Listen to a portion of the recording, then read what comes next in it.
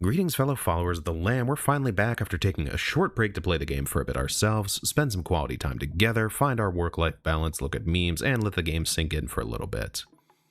Now we're back after some delay to give our opinions on the game. A quick disclaimer, this video may contain spoilers as it is a review of the game at its release.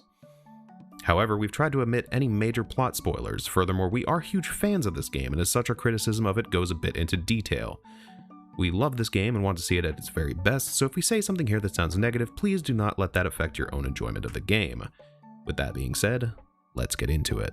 Cult of the Lamb is a roguelite farming simulator where you build a village, collect animal followers, and use them, sometimes forcefully, to help you take revenge on the 4 big bads that tried to put you in a shallow grave.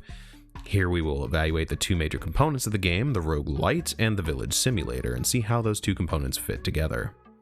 Cult of the Lamb's simple but satisfying combat sets your expectations for the rest of the player experience. You're given a small variety of weapons to choose from, each with different potential effects, in addition to magic in the form of curses. Your weapon choices are a dagger, a sword, 2 gauntlets, an axe, or a hammer. Similarly, your curses come in different form factors such as a frontal slash, a blast around your character, a line attack, a lobbed projectile, and a few others. While these spells have fairly uniform patterns, they may have additional bonuses such as a chance to freeze targets, summoning ghosts that can home in on enemies, or even possess enemies to fight for your cause. Upon clearing an area, you're then able to select a path between different types of special chambers.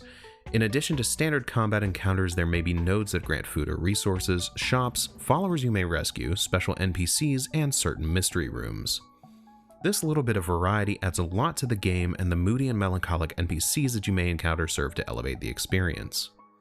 That being said, the combat suffers from a severe lack of build diversity. While the different weapons and curses shake things up just a little bit, they're not so different from each other to radically change things. This is further hampered by the game's lackluster tarot system.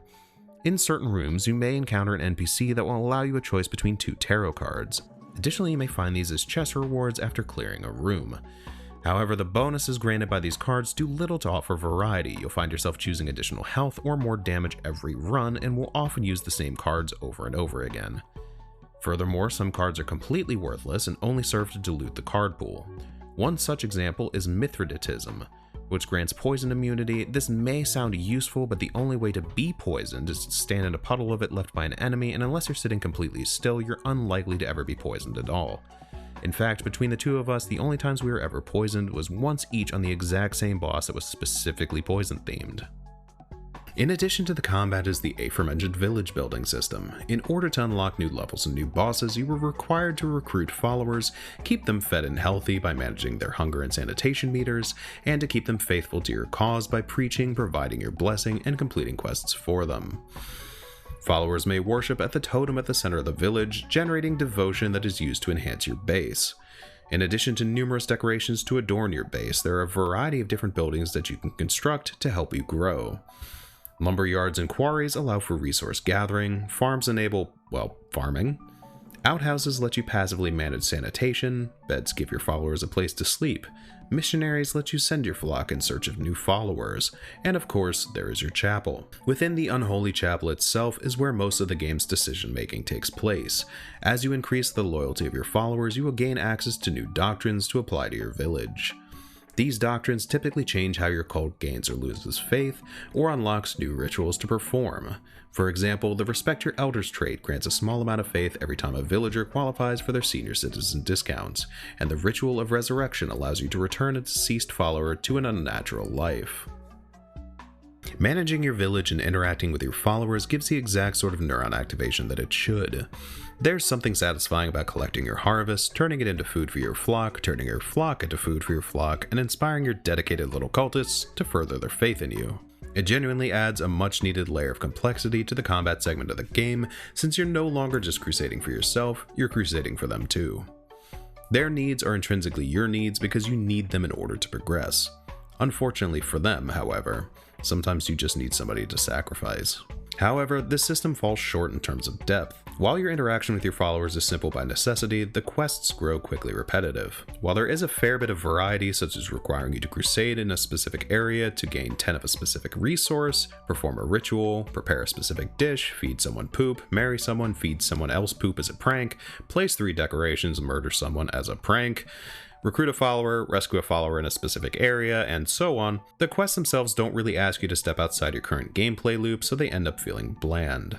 Additionally, there's just way too many followers that want to eat or feed someone poop. It doesn't help that completing a quest for a follower simply fills their loyalty bar and doesn't change anything about how you interact with them, which again is by necessity. They are meant to be expendable after all.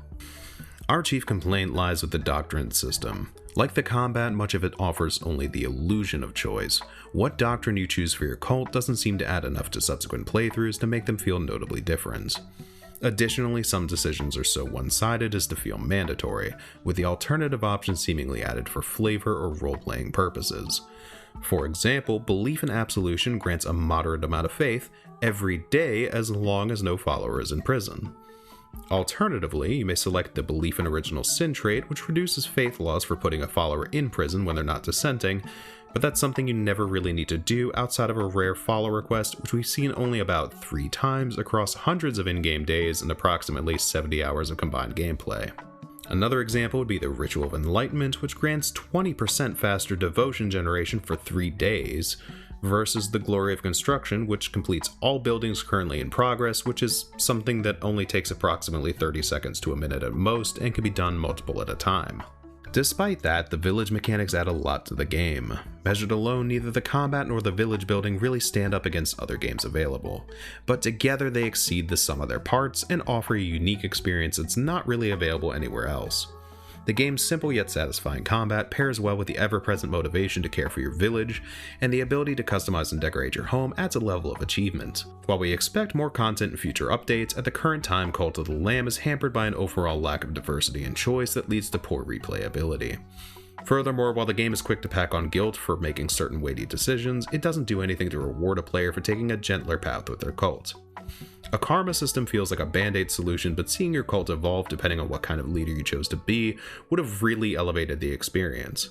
Overall, we both thoroughly enjoyed Cult of the Lamb and felt it money well spent. It's certainly special to us, which is why we made this video at all.